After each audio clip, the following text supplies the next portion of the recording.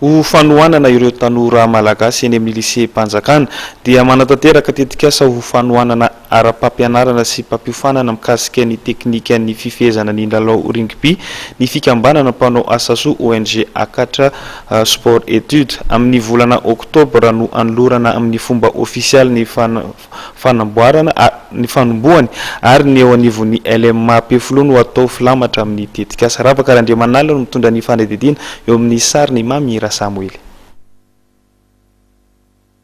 Ankizy miisa 570 avy amin'ny classe de seconde eo anivon'ny lycée Mpanjakana LMA no azo tohana ara-pampianarana amin'ny taranja matematika, anglais ary frantsay ary fampianarana manokana mikasika ny teknika fifehezana amin'ny taranja rugby.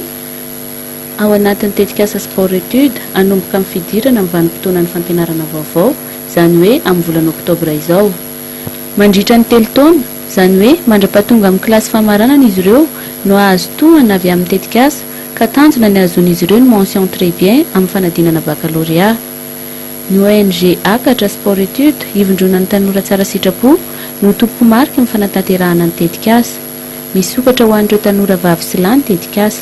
Ny projet ataonay zany tetikasa zany amin'ny ONG dia resaka hoe fikarakarana ny ankizy ny tiandray anjara amin'ny rugby sy resaka fianarana, zany hoe aka ankizy zany zay amin'ny classe de seconde zay ho karakarainay mina cursus manokana izy zany hoe atokana mihitsy zareo dia atao zay atafitan-jareo azahoan-jareo bac.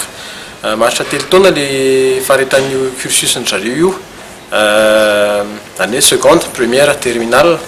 Amin'ny terminale izy ny tanjona voalohany dia ny azahoany baccalauréat avec mention, ny miaraka mention zany. Dia ny tanjona faharoa azahoan'ny ankizy ahaizan'ny ankizy manao rugby, zany hoe ahaizan'ny aspect technique rehetrarehetra. Fa tsy hoe atao ohatran'ny hoe mahay rugby fotsiny zany ohatran'ny amin'izao fotoana hoe marina fa betsaka ny ankizy mahay rugby, fa ny tena tsara le hoe voafehany tsara daholo ny teknika rehetrarehetra ny resaka rugby. Zay ny aspect voalohany. Ny aspect faharoa ho an'ireo ankizy ireo dia misy partenariat zay olona nivelany, zany hoe mpianatry ny école centrale de Paris. Ireo mpianatra ireo zany hoe efa tsy mpianatra intsony zany ankabeazan'izy ireo dia anisan'ny olona tena hoe top de top ozy izy, zay filazan'ny fitazantsika anazy, zany hoe tena anisan'ny lafatra, anisan'ny ambony indrindra ny faripahaizany eo amin'ny resaka matematika. Anampy an-jareo amin'ny fampianarana azy amin'ny matematika amin'ny cours de soutien zany. Misy ihany koa ny cours de français dia misy ihany koa ny cours d'anglais. Tsy andanina misy koa ny club anankiray zay milalao ery amin'ny Diguery izy ho an'jareo indray zany dia resaka hoe insertion scolaire nataonay, zany hoe fampidirana anazy mianatra zany. Zareo ny ankabeazan'jareo ireo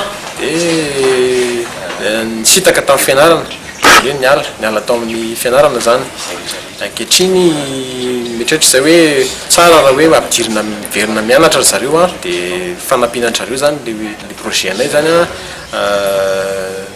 maka indy olona mpianatra an-jareo teny frantsay ohatra ahafahan-jareo manamafy ny fahaizana. Misy ny fiarah-miasa amin'ny école centrale de Paris amin'ny fanatanterahana ny tetikasa izay andefa tanora mpilatsaka sitrapo hanao ny fampianarana ireo tanora. Amin'ny volana septambra ho avy izao dia hisy mpianatra iray avy amin'ny sekoly io ho avy eto Madagasikara. Hanampy ireo tanora hahazo tombotsoa amin'ny tetikasa amin'ny fanaovana fizarana asa eny anivon'ny orinasa ny tetikasa.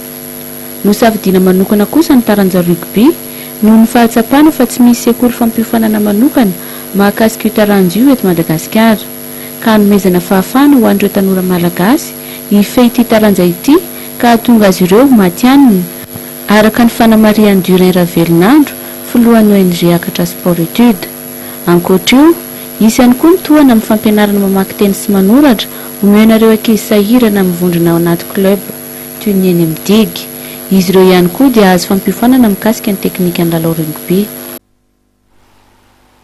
tapitratretindray ny fotoana ny vaovaontsika ry mpijery ajaina tamin'ity takariva ity soranay teto amin'ny fahitalavitra mateveno nanjo izany hatramin'ny farany manome fotoananao ny sampana fampalarim-baovao ny fahitalavitra mateveo amin'ny rahampitso indray veloma tompoko lahy veloma tompoko vavy